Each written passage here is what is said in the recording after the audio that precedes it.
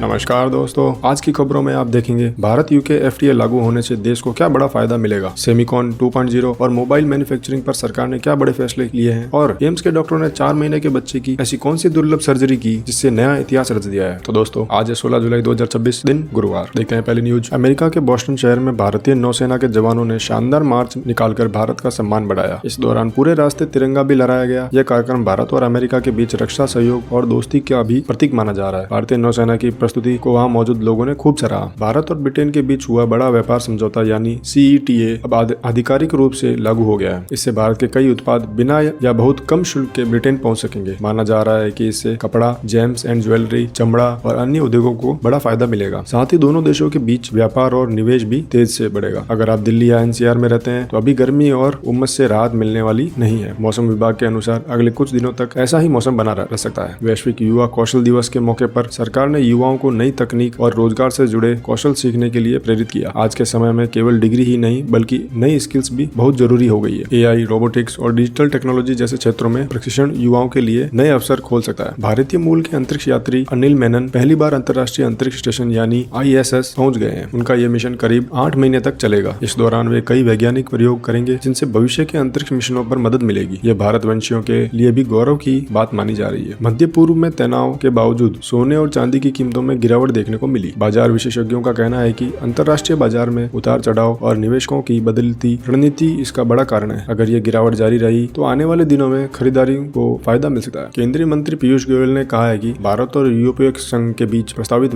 व्यापार समझौता दोनों पक्षों के लिए काफी लाभदायक साबित होगा। इससे व्यापार बढ़ेगा, निवेश आएगा और भारतीय कंपनियों को यूरोप के बाजार में बेहतर अवसर मिलेंगे। भारत और ब्रिटेन के बीच लागू हुए नए व्यापार समझौते से कपड़ा, चमड़ा, रत्न और आभूषण जैसे उद्योगों को बड़ा फायदा मिलने की उम्मीद है। इन क्षेत्रों के उत्पाद अब ब्रिटेन में पहले की तुलना में ज्यादा प्रतिस्पर्धा होगी। इससे निर्यात बढ़ेगा और देश के रोजगार के नए अवसर भी पैदा हो सकते हैं। राजस्थान सरकार ने गर्भवती महिलाओं के स्वास्थ्य की बेहतर देखभाल के लिए राज्य भर में विशेष अभियान शुरू किया है। इस अभियान के तहत महिलाओं की मुफ्त जांच की जाएगी और जरूरत पड़ने पर तुरंत इलाज भी उपलब्ध कराया जाएगा। इसका उद्देश्य माँ और बच्चे दोनों को सुरक्षित रखना। केंद्र सरकार ने सेमिकॉन 2.0 योजना को मंजूरी दे दी है, जिसके लिए 1,27,000 लाख करोड़ रुपए खर्च किए जाएंगे। इस योजना का उद्देश्य भारत में सेमीकंडक्टर यानी चिप निर्माण को बढ़ावा देना है। इससे देश में इलेक्ट्रॉनिक उद्योग मजबूत होगा, आयात पर निर्भरता कम होगी और लाखों नए रोजगार के अवसर भी पैदा होने की उम्मीद है। भारत और ब्रिटेन के बीच लागू हुआ मुफ्त व्यापार समझौता यानी FTA अब दोनों देशों के व्यापार को नई रफ्तार देगा। इसके तहत भारत के लगभग 99% उत्पादों पर ब्रिटेन में आयात शुल्क नहीं लगेगा। इससे कपड़ा, चमड़ा, आभूषण, इंजीनियरिंग और खाद्य उत्पादों के निर्यात में बढ़ोतरी की उम्मीद है। साथ ही निवेश और रोजगार के नए अवसर भी पैदा होंगे। त्रिपुरा के जैविक यानी ऑर्गेनिक कृषि उत्पाद अब दुबई के बाजार तक पहुंच गए हैं। वहाँ इन उत्पादों को अच्छी प्रतिक्रिया मिल रही है। राज्य सरकार का कहना है कि इससे किसानों को बेहतर दाम मिलेंगे और विदेशों में भारतीय कृषि उत्पादों की पहचान और मजबूत होगी। ओमान के पास जहाज पर हुए हमले के बाद लापता भारतीय मरीन इंजीनियर हैरब करमरकर के निधन की पुष्टि उनके परिवार ने की है। इस घटना से पूरे देश में शोक लहर है। सरकार मामले पर नजर बनाए हुए है और विदेश मंत्रालय लगातार संबंधित अधिकारियों के संपर्क में है। FIFA वर्ल्ड कप के उत्साह को देखते हुए असम सरकार ने अगले 4 दिनों तक रेस्टोरेंट और खाने पीने की दुकानों को सुबह 3:30 बजे तक खुले रखने की अनुमति दे दी है। सरकार का कहना है कि इससे फुटबॉल प्रेमियों को मैच देखने के दौरान सुविधा मिलेगी और कारोबार को फायदा मिलेगा। CISF के महानिदेशक ने अमरनाथ यात्रा की सुरक्षा व्यवस्था का जायजा लिया और सभी सुरक्षा एजेंसियों के साथ बैठक की। यात्रा मार्ग पर सुरक्षा को और मजबूत करने के निर्देश दिए। पाकिस्तान अधिकृत कश्मीर यानी POK में लोगों का विरोध प्रदर्शन लगातार जारी है। स्थानीय लोगों ने पाकिस्तान सरकार पर झूठे दावे करने और जनता की समस्याओं को नजरअंदाज करने का आरोप लगाया है। बताया जा रहा है कि वहाँ